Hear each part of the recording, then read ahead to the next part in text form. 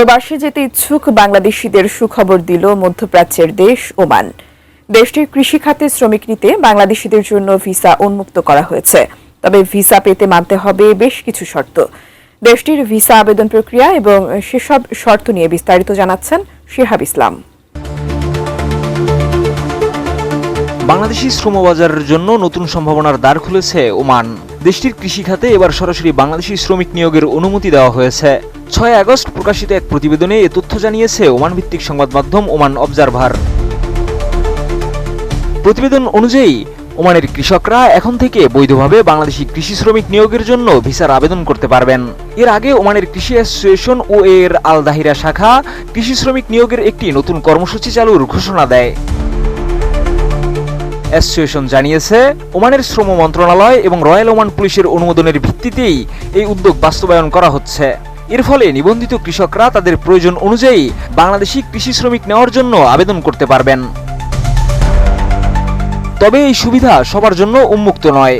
শুধুমাত্র কৃষি অ্যাসোসিয়েশন আল দাহিরা শাখার নিবন্ধিত সদস্যরাই এই ভিসা সুবিধা পাবেন। কৃষকদের নির্দিষ্ট কিছু শর্ত পূরণ করতে হবে। আবেদনকারীদের বার্ষিক ফি পরিশোধের প্রমাণ, কৃষি জমির মালিকানা বা হোল্ডিং সার্টিফিকেট, জাতীয় পরিচয়পত্র, শ্রম মন্ত্রণালয়ের বৈধ অনুমোদনপত্র সহ প্রয়োজনীয় কাগজপত্র জমা দিতে হবে। কোনো ধরনের তথ্যগত অসঙ্গতি থাকলে আবেদন বাতিল করা হবে বলেও জানানো হয়েছে।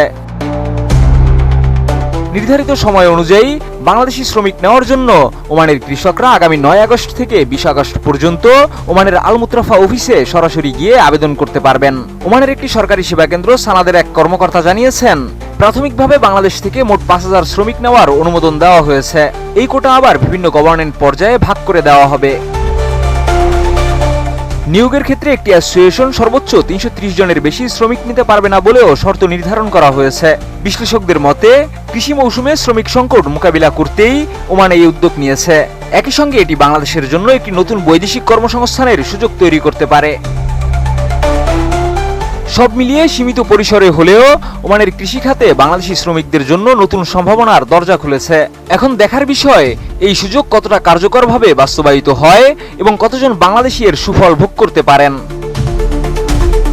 হ্যাঁ বন্ধুরা, বর্তমানে আপনারা যে ভিডিওটি দেখতে পাচ্ছেন এটা কিন্তু ওমানেরই একটা ভিসা খোলার নিউজ। মূলত এখান থেকে আমরা যে ব্যাপারগুলো বুঝতে পারলাম, ওমানে মূলত নতুন করে ফার্স্টের দিক থেকেই আপনার এগ্রিকালচার সেক্টরে কৃষিভিত্তিক যে কাজগুলো আছে এই কাজগুলোর জন্য আপনারা কিন্তু নতুন করে ওমানে কিন্তু যেতে পারবেন। তবে বর্তমান পরিস্থিতিতে এখন সাধারণ লেবার ক্যাটাগরির ভিসার কথা যারা বলছেন যে ভাই আমরা সাধারণ লেবার ক্যাটাগরিতে কাজ করতে চাই, আমরা কৃষি কাজে যেতে চাই না, অন্যান্য কাজ আমরা জানি, বিশেষ করে আপনারা জানেন যে শুধুমাত্র এগ্রিকালচার সেক্টর না, আমাদের বাংলাদেশিরা সেখানে কিন্তু হোটেল, রেস্টুরেন্ট, বিল্ডিং কনস্ট্রাকশন সেক্টরে mason, tiles mason, still fixer, carpenter, shuttering carpenter, welder, electrician, plumber আরও অনেক ধরনের কাজ সেখানে গিয়ে কিন্তু করে থাকে। অনেকেই বাসাবাড়িতে কাজ করে, অনেকে হাউস ড্রাইভিং হিসেবে কাজ করে। হ্যাঁ, তো সেখানে কাজের কিন্তু বিভিন্ন ধরনের সুযোগ আছে এবং সেখানে কর্মীও কিন্তু প্রয়োজন। কিন্তু বাংলাদেশ থেকে আপনার যে কর্মীগুলো সেখানে যেতে চাচ্ছে তারা কিন্তু সঠিক অনুমোদন বা পারমিশন পাচ্ছে না এই ওমানের গভর্নমেন্ট থেকে। যদিও এ বিষয়ে আমাদের বাংলাদেশ